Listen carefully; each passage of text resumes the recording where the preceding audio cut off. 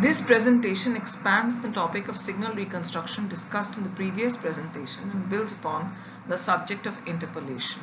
Interpolation formula. Consider the interpolation process in the time domain first. Let the signal interpolating, or rather reconstruction filter response function, be denoted by ht. If we were to pass the sample signal g bar t through this filter, its response should be gt. So consider a very simple interpolating filter whose impulse response is rectangular function t by ts as shown below. From the previous slide, this is a gate pulse of unit height centered at the origin, and it is of a width ts, which is the sampling interval. So each sample in g bar t, being an impulse, generates a gate pulse of the height equal to the strength of the sample. For example, the kth sample is an impulse of strength g kts located at a time t equal to kts and can be expressed as g kts delta t minus kts.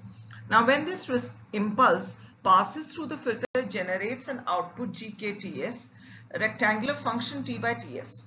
This is a gate pulse of height g kts centered at t equal to kts, and it is shown shaded in the figure below.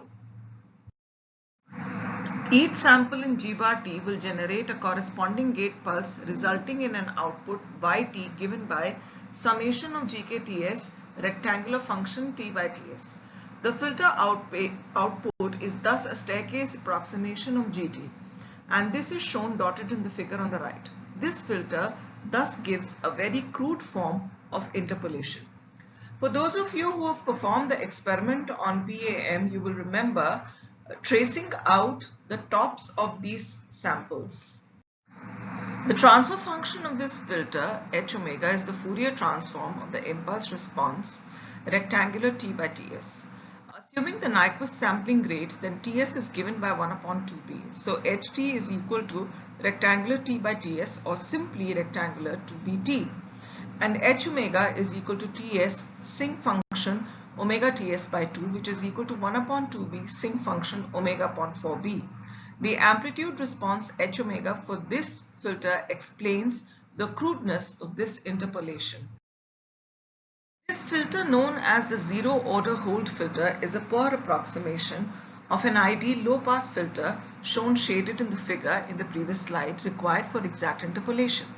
The zero-order Holt filter is a mathematical model of the practical signal reconstruction done by a conventional digital to analog converter. That is, it describes the effect of converting a discrete time signal to a continuous time signal by holding each sample value for one sample interval. It has several applications in electrical communication. We can improve upon the zero-order Holt filter by using the first order Holt filter, which results in linear interpolation instead of staircase interpolation. The linear interpolator, whose impulse response is a triangular pulse, results in an interpolation in which successive sample tops are connected by straight line segments. The ideal interpolation filter transfer function is given by h omega equal to ts rectangular omega upon 4 pi b as shown in the figure on the right.